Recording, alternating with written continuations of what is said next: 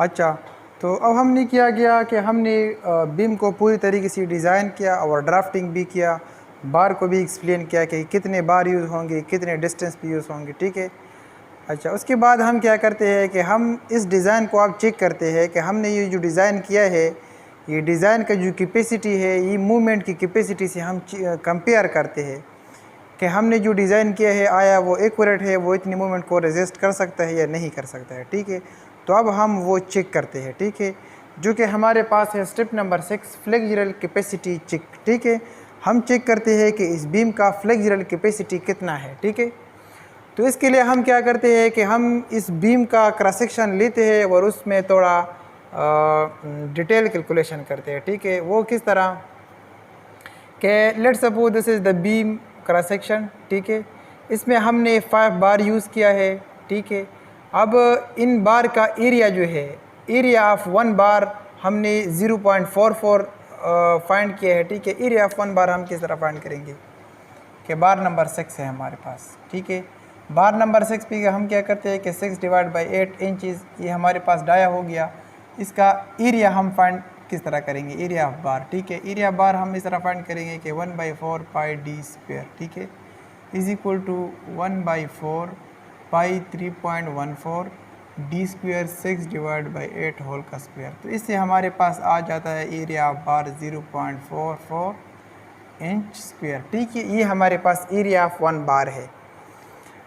अच्छा, अब हम क्या करते हैं कि ये हमारे पास एरिया ऑफ 1 बार हो गया। अब हम थोड़ा सपोजिशन लेते हैं कि हमारे पास ये बॉटम में, स्टेरअप्स के बॉटम में जो 3 बार है, इस बार के सेंटर से लेकर इस बीम की बॉटम तक ये जो डिस्टेंस है, इसको हमने नाम दिया y1, ठीक है। फिर हम ये बीम की बॉटम से लेकर ये सेकंड नंबर बार जो है, इसके सेंटर तक जो डिस्टेंस है, इसको हम नाम दिया y2, ठीक है। इन दोनों बार्स के दरमियान जो डिस्टेंस है, इसको हमने नाम दिया y डैश, ठीक है। अच्छा, अब हम क्या करते हैं कि हम ये y1 फाइंड करते हैं, y2 फाइंड करते हैं। जब इन दोनों को हम फाइंड कर ले, फिर एक फार्मूला है उसमें हम पुट करके, तो हमारे पास ये y डैश की वैल्यू जो है वो आ जाएगी, ठीक है। अच्छा, तो अब हम देखते हैं कि हम y1 किस तरह फाइंड करेंगे। y1 जब हम फाइंड करेंगे तो हमारे पास ये क्लियर कवर जो है, ये हमने 1.5 इंच प्रोवाइड किया है, तो 1.5 प्लस ये स्टिरअप का भी थोड़ा वो अपना डिस्टेंस है ना, वो 3/8 इंच हमने स्टेरअप्स प्रोवाइड कर दिया है, ठीक है। उसके बाद इस बार की हाफ तक लेंथ, तो 6/8 इंच इसका डाया है, उसका डिवाइड बाई 2 कर दे तो हमारे पास हाफ आ जाएगा। तो ये हमारे पास y1 की वैल्यू हो गया। उसके बाद हम y2 फाइंड करते हैं। y2 के लिए हमने क्या करना है कि हमने इस बार का क्लियर कवर 1.5 इंचज़, ठीक है, 3/8 इंच स्टिरअप का थिकनेस, 6/8 इंचज़ ये वाला। उसके बाद इन दोनों के दरमियान जो डिस्टेंस है वो हमारे पास 1.5 इंचज़ है। उसके बाद इस बार का हाफ डाया, मतलब 6/8 इंच का हाफ, ठीक है। तो हमारे पास y2 की वैल्यू जो है, इसको अगर हम ऐड करके तो हमारे पास 4.5 इंच आ जाएगा, ठीक है। अच्छा, उसके बाद हमारे पास फार्मूला इस तरह है कि हम y बार के साथ टोटल 5 बार का एरिया जो है वो मल्टीप्लाई करेंगी, फिर y1 के साथ ये 3 बार का एरिया मल्टीप्लाई करेंगी, और y2 के साथ ये 2 बार का एरिया मल्टीप्लाई करेंगे, ठीक है। और इस फार्मूले में फिर हम y1 की जगह ये 2.25 लिखते हैं और y2 की जगह हम 4.5 पुट करते हैं, ठीक है। इसको दोनों साइड पर डिवाइड करते हैं तो हमारे पास y डैश की वैल्यू आ जाएगी, जो कि हमारे पास है 3.15 इंचज़, ठीक है। तो हमारे पास ये y डैश जो है हमारे पास कितना आ गया, 3.15 इंचज़, ठीक है। अच्छा, अब हम इस बीम के लिए एक अलग इफेक्टिव डेप्थ फाइंड करना चाहते हैं। पहले हम इनिशियली देखिए, यहाँ पर effective depth was initially assumed in 15.5 inches. At this stage, actual D can be calculated by calculating the actual y, ठीक है, y डैश। इस एक्चुअल y डैश की मदद से हम दोबारा इफेक्टिव डेप्थ की वैल्यू फाइंड करेंगे, जो कि हमारा एक्यूरेट इफेक्टिव डेप्थ होगा इस बीम का। तो D is equal to H minus y, पहले जो फार्मूले में हमने इस तरह फाइंड किया था वो वाला फार्मूला हम अगेन यूज़ करते हैं।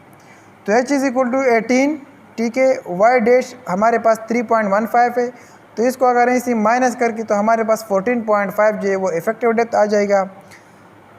कितना एरिया ऑफ बार हमने यूज़ किया है वो हम इस तरह फाइंड करेंगे कि 5 बार है हमारे पास, 1 बार का एरिया 0.44 है, तो इसको अगर हम आपस में मल्टीप्लाई करेंगे तो 2.2 इंच स्क्वायर हमारे पास एरिया ऑफ बार हमने यूज़ किया है। ठीक है, अब हम दोबारा एरिया ऑफ स्टील की वैल्यू हमने फाइंड किया। अब इस एरिया ऑफ स्टील के मुताबिक दोबारा हम स्मॉल ए की वैल्यू भी फाइंड करेंगे। ठीक है, तो स्मॉल ए की वैल्यू हम किस तरह फाइंड करते हैं कि area of steel F divide by 0.85 compression strength of the concrete and weight of the beam. ठीक है, तो एरिया ऑफ स्टील चूँकि हम 2.2 यूज़ कर चुके हैं तो इस वजह से हम 2.2 पुट करेंगे, तो हमारा स्मॉल ए जो है उसकी वैल्यू 2.87 आ जाता है। ठीक है, पहले हमारे पास हमने 4 एज्यूम किया था लेकिन एक्चुअल हमारे पास 2.87 आना चाहिए। ठीक है, अब हमने सारा मतलब सारा डिटेल प्रोसेस हमने किया है। अब हम ये सारी वीडियो एक फार्मूले में पुट करके तो हमारे पास फ्लेक्सुरल कैपेसिटी जो है वो आ जाता है। ठीक है, अच्छा, फ्लेक्सुरल कैपेसिटी हमारे पास बराबर है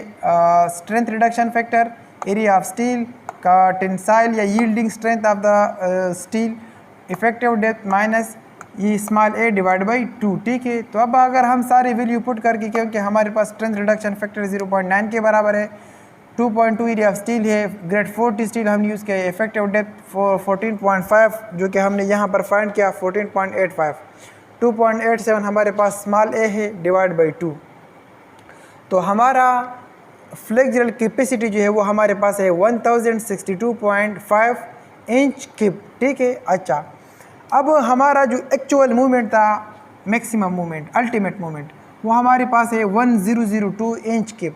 जो हमने डिज़ाइन किया, जो हमने स्टील प्रोवाइड किया, उससे जो कैपेसिटी जो है वो है 1062.5। ठीक है, तो वो उससे ज़्यादा है। ठीक है, अल्टीमेट मूवमेंट से ग्रेटर है ये वाला वैल्यू, तो हमारा डिज़ाइन जो है वो ठीक है। ठीक है, अगर ये इसकी इक्वल हो तो फिर भी ठीक है, लेकिन ग्रेटर आना चाहिए, क्योंकि अगर थोड़ा से लोड ज़्यादा हो तो फिर भी ये रेजिस्ट कर सकता है। तो हमारा डिज़ाइन जो है यहाँ पर कंप्लीट हो चुका है। अब हम क्या करते हैं कि इसके 3D व्यू, 2D व्यू और सेक्शनल व्यू हम ड्रा करते हैं कि डिटेल्स हमें पता चल जाए कि बीम में कितना स्टील जो है वो हमने यूज़ किया है। अच्छा, अब हम क्या करते हैं कि इसका 3D व्यू है, इसमें 5 बार जो है ये बॉटम में होगी, 2 जो है वो स्टेयरअप की स्टेबिलिटी के लिए होगी। ठीक है, अच्छा, ये जो है इसमें स्टेयरअप होगी इस तरह।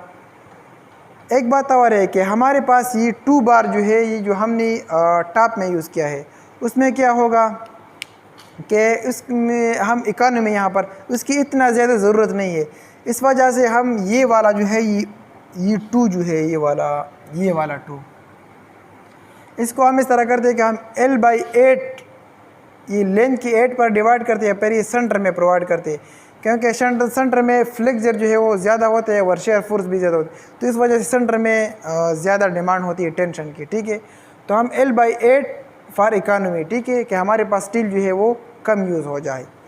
अच्छा, अब इस बीम के हम 2 क्रॉस सेक्शन लेते हैं। ये हमारे पास सेक्शन ए है, सेक्शन बी भी है। ठीक है, सेक्शन ए में क्या होगा कि यहाँ पर जो है चूँकि स्टील नहीं है तो ये 2 जो है अब यहाँ पर आपको नज़र नहीं आएंगी। ठीक है, और ये सेंटर पे जो हमने सेक्शन लिया है इसमें ये बार जो है नज़र आएंगी। ठीक है, तो ये थी हमारे पास sectional view, side view and 3D view. ठीक है, ये था हमारे पास flexural analysis of singly reinforced beam. ठीक है, ये हमारे पास था सिंगली रिइंफोर्स्ड कंक्रीट बीम। ठीक है, नेक्स्ट लेक्चर में हम कवर करने वाले हैं डबली रिइंफोर्स्ड कंक्रीट बीम, कि अगर हमारे पास ये लोड जो है ये बहुत ज़्यादा है, ठीक है, इतनी स्टील से लोड जो है वो रेजिस्ट नहीं होता, तो फिर हम क्या करेंगे, उसके लिए फिर हम एक अलग डिज़ाइनिंग प्रोसेस जिसका नाम है डबली रिइंफोर्स्ड कंक्रीट बीम। ठीक है, उसके लिए हम फिर डबली रिइंफोर्स्ड प्रोवाइड करेंगे। ठीक है, थैंक यू।